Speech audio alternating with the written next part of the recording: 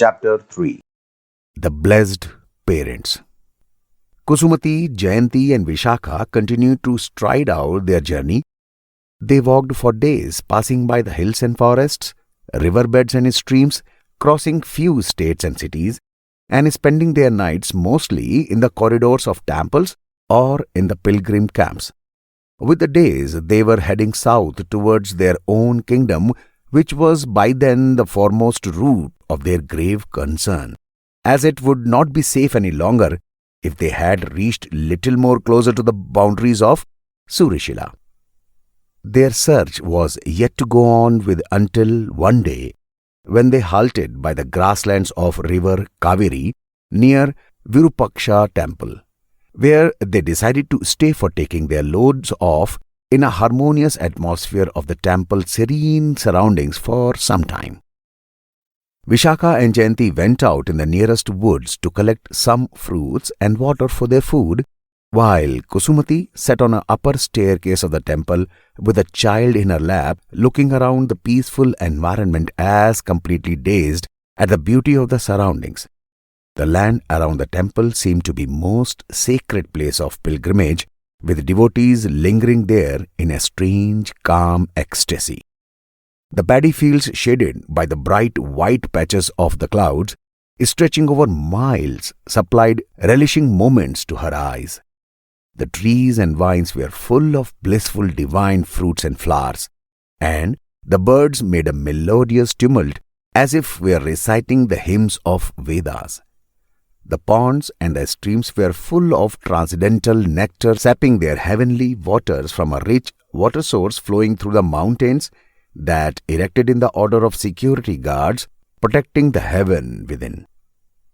Kusumati felt as if she had stepped into the arcade of some divine heaven, while sitting in a very pious place called Kaverivan. She hadn't even caught the complete breather, just then noticed Jayanti rushing back towards her, seemingly in sheer haste, as if for sharing something very essential. "I have found a safe place for the child, my queen," stumbled Jayanti while balancing over her shuddering body. "I overheard them talking to their desire for a child. It's been years for them waiting for the one." She spoke further, panting rapidly. Kusumati looked blankly at her, her impassive face bathed in the beads of sweat. Jayanti grabbed her by her arm, which was snugly wrapped around the baby, and cautiously took her to the side where Vishakha has stationed with a ray of hope reflecting radiantly in her eyes for sending off the child in some safe hands. Kusumati peeped through the long shrubs to discover more about their narration. And what all she could see was a lady working by a large bale fire with a huge earthen pot hanging over the blaze, tied with the thick stem fiber ropes that was wrapped onto the enormous branch of a banyan tree. The lady was fair of a face with extreme grace. She was talking to a man sitting behind her on a jute cord, plucking and unscrambling the leaves from some green bushy herbs. With her requited gestures, it was effortless to make out that the man was certainly her husband. The man looked an ideal one and of pure maturity and modesty. Passers-by would greet the couple by using salutations like "Pranam Rishi Sushrut," "May God prosper you, Lady Sanjeevani. Your kindness has helped to recover many sick. You are the magicians with herbs." "They are making medicines from the leaves and herbs. What a kind act. The man seems to be the Vaidya," whispered Vishakha. "And they look very elegant and compassionate. We could not have found a better place," followed Jayanti. "Yes, we could not have found a better place. Let's wait till it gets dark and then—" Kusumati paused abruptly in her statement and started wailing piteously. "We had to do this, my queen. Please look after yourself." Jayanti and Vishakha tried to console the queen and took her back to the temple. Soon, after few hours, as the sun settled placidly in the western sky, The evening lamps lit inside the mud houses that were roofed with bamboo strips and palm leaves. Their dim glow split partially from the small oblong windows in the facade. Kusumati and her friends went near Sushrut's house at just about midnight, while everyone around seemed asleep. Kusumati delicately kissed the forehead of her dear son. Her way of holding the child tightly close to her bosom affirmed her helplessness. She surely did not want to abandon the child, but this was the call of the hour. The poor mother had to succumb to the circumstances. She whispered the last words to her child. "Oh, my child, may God be with you, watching over your deeds in every sphere of your life. May all your paths be auspicious. May no one ever obstruct your way. May all my joys be yours, and all your difficulties be mine. I will keep you intact in my prayers every moment. I promise." She sobbed and sobbed, so deep and so intense that all her strength seemed to melt away in her tears that were cried beneath what the rest of the world could see, but known only to a mother.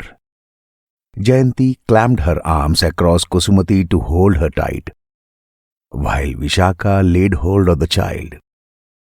Vishaka went near the house walking on her tiptoes, gently placed the child at the doorstep of Sushrut's house, and instantly rushed back to Kusumati and Jayanti behind the bushes.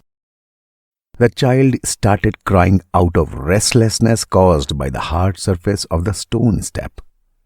Sanjeevani, bursted by the noise, woke up at once and wakened Sushrut as well, speaking hastily. "Something is out there. We must see. It seems like a cry of a small child." Sushrut, heedful of local wild animals' regular visits, first went to the window and peeped out in the inky darkness, bleached by the moonlight. To his immense shock, he saw the infant through the wooden bars of the window and screamed, "Oh my lord! It is actually a small child out there on the steps of our house." The couple instantaneously opened the door. They stood gawping in bewilderment at the little baby. Unable to bear the whimper of the poor little being, Sanjeevani could not resist any longer lifting the child in her arms at once. Furthermore, she was wholly beguiled by the allure of the infant's face. At the same time, as she rolled the child closer to her bosom so as to calm the mewling little being, she noticed the trident pendant tossing among the tiny folds of the saffron cloth that the child was wrapped up into. She held the pendant in her fingers to take a nearer look.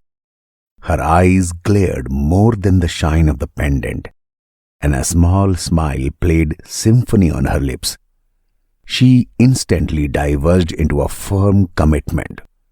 "It is the gift from Lord Shiva. He has finally heard our prayers. Oh, I am finally blessed with a child. It's mine, it's mine. A gift from Lord Shiva himself." Sushrut was still standing in absolute wonderment. Nevertheless, his wife's word of allegiance validated his belief strongly held in the Lord of the gods, Lord Shiva. Hence, he bowed his head at the will of the god and decided to keep the child. Perceiving the entire incidents, Kusumati heaved in a deep sigh, though her heart weighed down with the acute sorrow and grief by the separation from her child.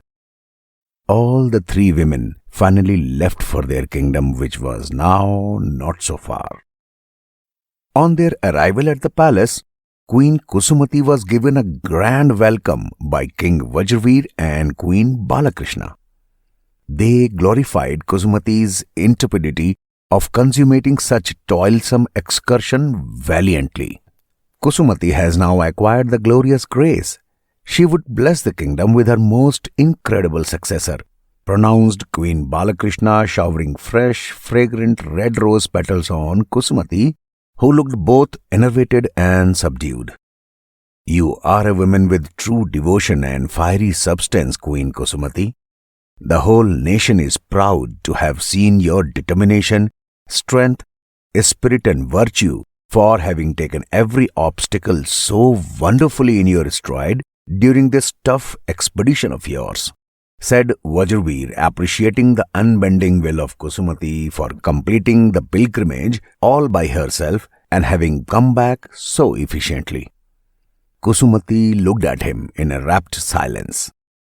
Her brain could formulate no other thoughts than to register that she was speechless in doubt why Vajraveer mentioned such words which seemed quite close by the incidences transpired in the last few months of her life.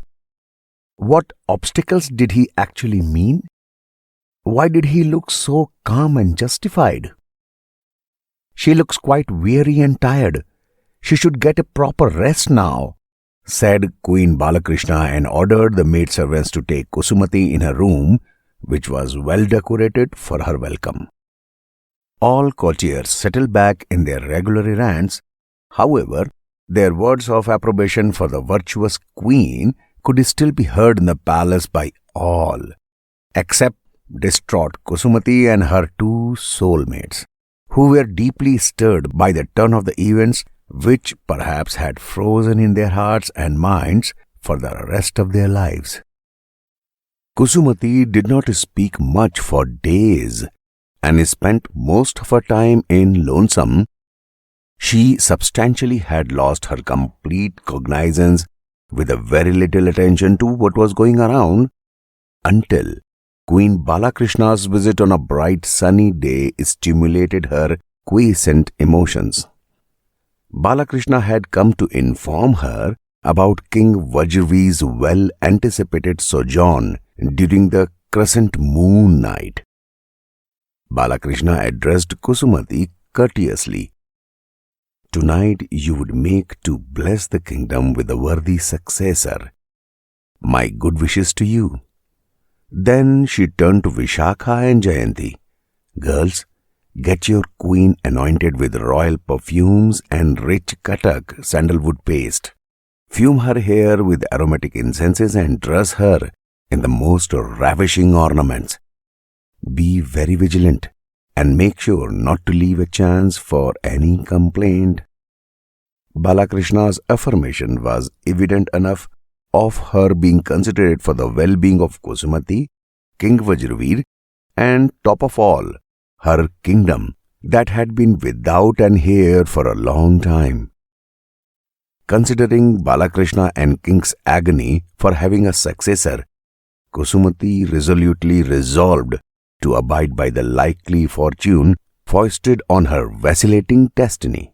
Furthermore, this was indeed obligatory on her part to realize her accountability towards the kingdom and reciprocate the very love of sister like Balakrishna, as well as sustain the honor of her beloved husband. Kusumati, all decked and dressed up, was waiting for the king's arrival. Her grace was that all she had before, like ever-present spring that the beauty of the universe could not even think of competing with. But the cold-blooded destiny takes no favor. The past activities played a crude role when it comes to forgiveness and forgetfulness, and thus are revealed the propensities, desires, and aspirations of the doers. Just then, Lord Pavan emerged in front of her. Afflicted by her conduct of abandoning the child, he asserted her in a stern wrath. While she stood aghast, perspiring like an innocent child, "You are blessed with the Son of God himself, but you disgrace the privilege and ignore to preserve the gracious honor, and hence have deserted the infant in the lonely life of a dense forest, so that it does not obstruct to savor your own royal comforts. You have defied the will of the gods, and now rear the thoughts of a worthy successor. Your disregard will lead to nothing but destruction of you and your kingdom." Laying his curse on Kusumati and kingdom of Surishila, Lord Pavan disbanded instantly. Kusumati had not even completely reinstated her cognizance, and then she heard King Vajravir's footsteps heading towards her chamber. Vajravir fielded in and looked at her with a spark of passion in his eyes and a smile spreading across his face. My attraction to you is not because you are the most beautiful woman on the earth, though you are. It is to your soul, to the wonderful spirit you are inside. Singing the words for her eternal beauty, he furthered to reach out to Kusumati, to which she counter-reacted inadvertently as she could barely stabilize her emotions. It was obviously the effect of the curse she had just been subjected to. But unaware of the fact, Vajravir felt mortified and absurdly froze on the spot with his arms spread wide open. His legs refused to move any further towards his beloved wife. Too shocked and taken aback at her eccentric reaction, that too, after all, for what she had performed a great sacrament of barefoot journey for a boon to be bestowed upon her at this very particular ever-waiting moment of their holy bond. Hence, perplexed with her obnoxious behavior, King Vajravir felt annoyed and left her alone, uttering the word of repulsion. You have always been a mystery to me. So stubborn to be resolved and so hard-hearted towards others' emotions and reverence. Live in solitude as long as you wish, even if it is for the rest of your life. So be it. Furthermore, he turned towards Queen Balakrishna's chamber to get hold of some mental and perhaps physical composure as well. Kusumati collapsed on the ground to grave delusionment after Vajravir's gross regression. Jayanti and Vishaka rushed inside after noticing the king stepping out of the chamber. They were completely confounded at Kusumati's poorly splintered plight. They upheld Kusumati, her frail body slipping in their arms, and asked her for the reason behind King's ruthless antipathy towards his favorite queen. After Kusumati described the occurrence of Lord Pavan's curse, her headlessness, and Vajravir's countercharge, she began to take her jewel off, cryingly, heartbreakingly. I am neither meant to be a revered wife nor be a blessed mother. This is my fate, my hopeless destiny. My existence is futile, with no purpose and no meaning. She broke down completely, sobbing and trembling. In her words, she was a portrait of grief, loss and devastation. You do have a purpose and a very meaning to your life, my dear. Jayanti gently consoled her. You should not forget about your child who is to grow, play and blossom into a perfect youth, even if away from you but not away from your godly sight. She added in an unyielding tone, evoking Kusumati out of her dying spirit. Moreover, to make her realize that there was still a hope left for her to continue the journey of hidden mysteries she had yet to discover in upcoming events. Listening to Jayanti's powerful, encouraging words, Kusumati felt a sudden surge of realization spurting down her spine, fortifying her shattered emotions to restore the inner strength she had been the master of and her warrior self-awakening out of such dire circumstances.